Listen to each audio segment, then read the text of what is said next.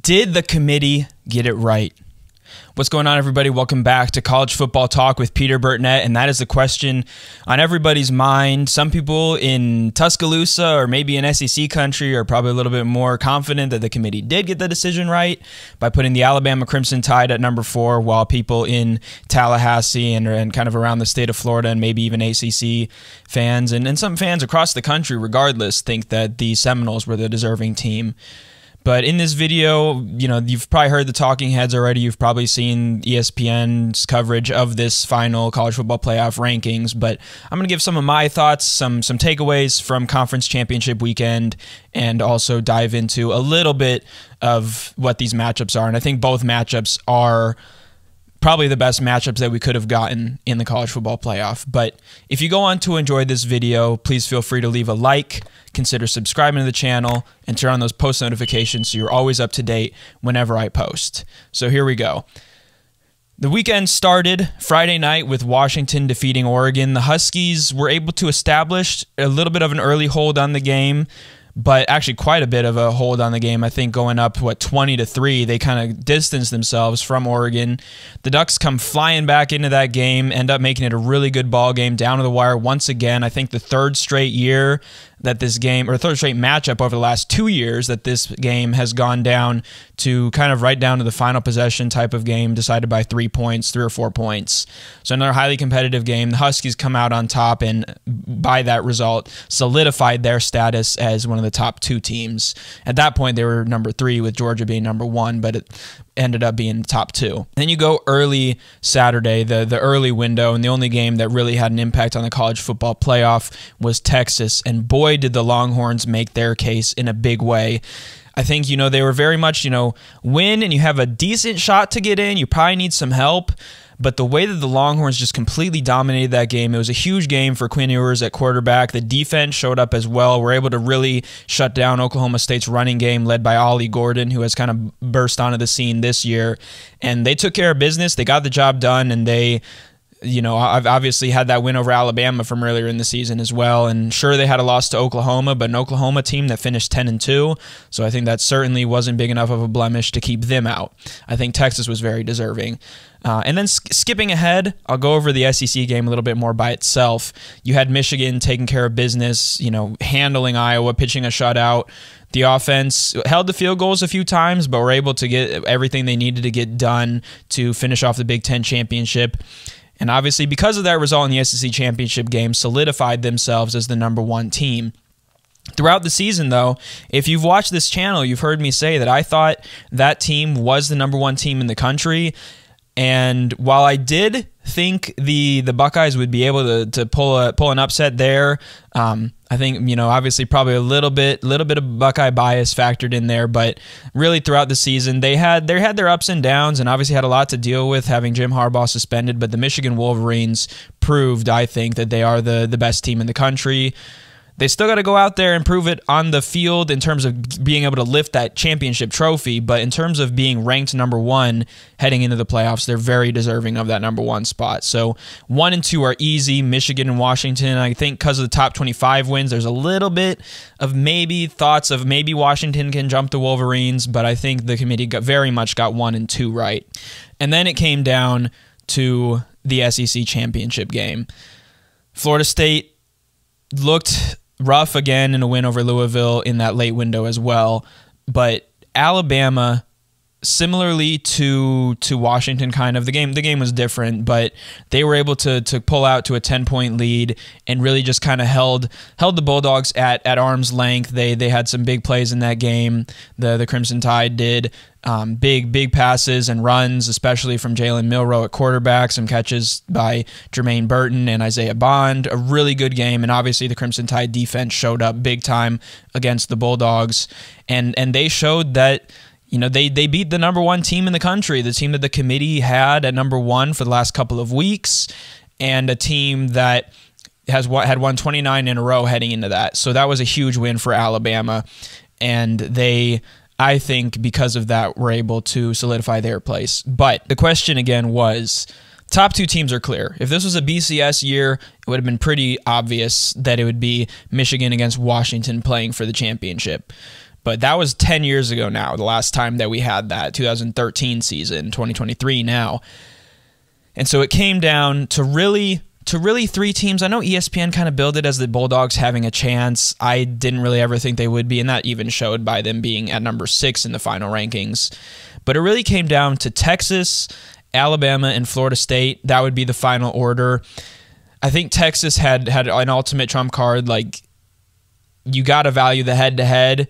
Even if you, like if, for example, the committee would have gone with Florida State at 3 or even at 4, the debate would have come down to Texas versus Alabama, and Texas always had that. And I think they also, because of how impressive they looked in the Big 12 championship, I think putting them at 3 was the right decision. I tweeted out last night immediately after the games my order that I thought the committee would do. This is what I thought the committee would do. How the committee ranked it is probably how I would have if I was in that room making the call. I know they don't really rank it like here's number 1, 2, 3, 4. They go at it like each ranking spot instead of thinking like how they would rate the teams. I might be wrong in that, but that's kind of what I've assumed from how they communicate when they're making the decision. They put like 3 teams together for a spot, 3 or 4 teams, vote on those teams, and then they go to the next ranking spot. So it's not so much about the order, it's just about who fits in each place. Again, I might be wrong about that, but that's my understanding of it. So it comes down to 3 teams for 2 spots, and Texas, I think, was deserving of being number 3. Like I said, when I tweeted, that's who I had at number 3. And I had Florida State at 4. I think, and I feel absolutely awful for the Seminoles, for the job that Mike Norvell has done, for Jordan Travis having been injured after leading this team so well. And sure, he wouldn't have been able to play if they made the playoff, but not being able to see his team there is just heartbreaking, really, for him and for the Seminoles, for the other seniors on that team, for the guys who are maybe going to be going to the draft early. It's just, it's a really tough thing, the offense with guys like Trey Benson at running back, Keon Coleman, one of the top receivers in the nation, Johnny Wilson also at receiver, some guys on the defensive end like Jared Verse, among Kalen DeLoach, among other guys that have made the Seminoles team so special. So it is tough to see them left out of the playoff. But I do think the committee, if you're looking at it, the 4 best teams, I think Alabama is that 4th team. They had that 1 loss to Texas early. It was at home. So, yeah, that's, you look at what's done on the field. This is what Booger McFarland said. If you look what's done on the field, Florida State didn't have a single loss. They ran the table. They were perfect throughout the season. They might not have looked great, but they got the job done. But Alabama, the ACC didn't really, Florida State's best win was probably over LSU. And aside from that, sure, Louisville was top 15. But really, I think the Cardinals were more of a maybe top 20 team, maybe even top 25 in the lower ranking, the lower part of the rankings in terms of how they played throughout the year. So it is tough. But I think Alabama, the way that they looked down the stretch, they had their rough points. Even the week following that Texas loss, looking really slow and sluggish against South Florida. But they started to pick up steam, build up momentum, get some ranked wins under their belts, and ultimately got the job done against a really, really good Georgia team that is, I said this in my preview before the season, it is really, really difficult to repeat, much less three-peat. There's a reason it hasn't been done, and again, won't be done since the 1930s. So it'll be at least another 3 years before we ever see it happen again, and I think it'll be even longer than that because the consistency, being able to win those games. And on that point, too, when you look at a team, let's just go like the teams that are first left out. You look at a team, and this part, though, is kind of where it's like, okay, Florida State should have been in, because you look at a team like Ohio State. Ultimately, their playoff game, and what it proved to be for Michigan as well, was that game in Ann Arbor in the final week of the regular season. And the Buckeyes lost that. That was their play-in game to get into the playoff, because I think, obviously, they would have steamrolled Iowa as well. And they lost it. So I don't think they should be in the playoff, rightfully so. They're at number 7 for a reason. Georgia, same thing. You have a great season. You go undefeated 12-0, just like Ohio State was 11-0 heading into their game. You have to win those big games. They played on the field for a reason, and Georgia lost it. And so then with this argument, though, you look at it with Alabama having played their kind of play-in game all the way back in week 2. They kind of had 2 play-in games, though, obviously, because the game against Georgia. They lose the first one, and they win the second one, And so I think there's a little bit more value probably on the conference championship and having won the big matchup late. But Alabama loses that, they're certainly out of the consideration for the playoff. So it's splitting hairs, and it'd be pretty amazing if we could have a play-in game between Alabama and Florida State, literally to decide who gets to go in.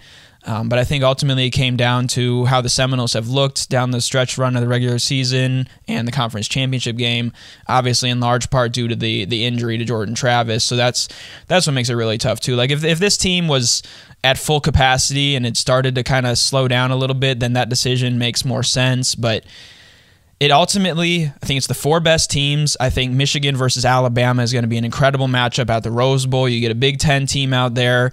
Obviously, if Georgia would have won, it probably would have been Michigan-Washington in the Rose Bowl all the way out in Pasadena, 2 versus 3, and that would have just been incredible to put a close on the Rose Bowl between a Big Ten and Pac-12 opposition.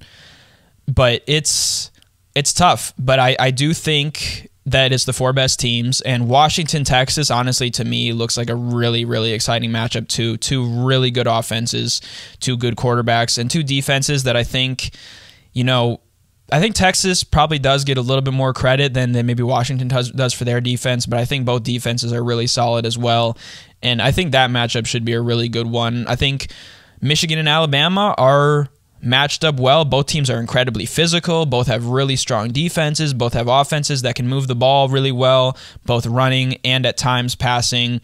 And then Washington, Texas, I think is what could be a scoreboard buster out there, or down in the Bayou at the Sugar Bowl. So I'll be looking at those matchups obviously more in depth as it gets closer. I'll probably give my reaction as well to maybe the New Year's Six bowl games, or kind of pop those up on screen here in post. Those will be fun to watch as always. And yeah, I think, though, to answer the question that I started this video with, I think the committee did get it right. It's just absolutely gut-wrenching for Florida State to be left out. But let me know your thoughts in the comments. I know this is very divisive. People are going to see it from 1 or 2 perspectives, and I think both sides have their arguments that are valid. And it's just ultimately part of why we're expanding the field next year. I wish it was, 6 or 8 instead of jumping all the way up to 12. But either way, it'll be exciting to see next year, even though it does maybe have some of its flaws. But if you watched this point in the video, thank you so much for taking the time to watch College Football Talk. I'm Peter Burnett, signing out. Peace.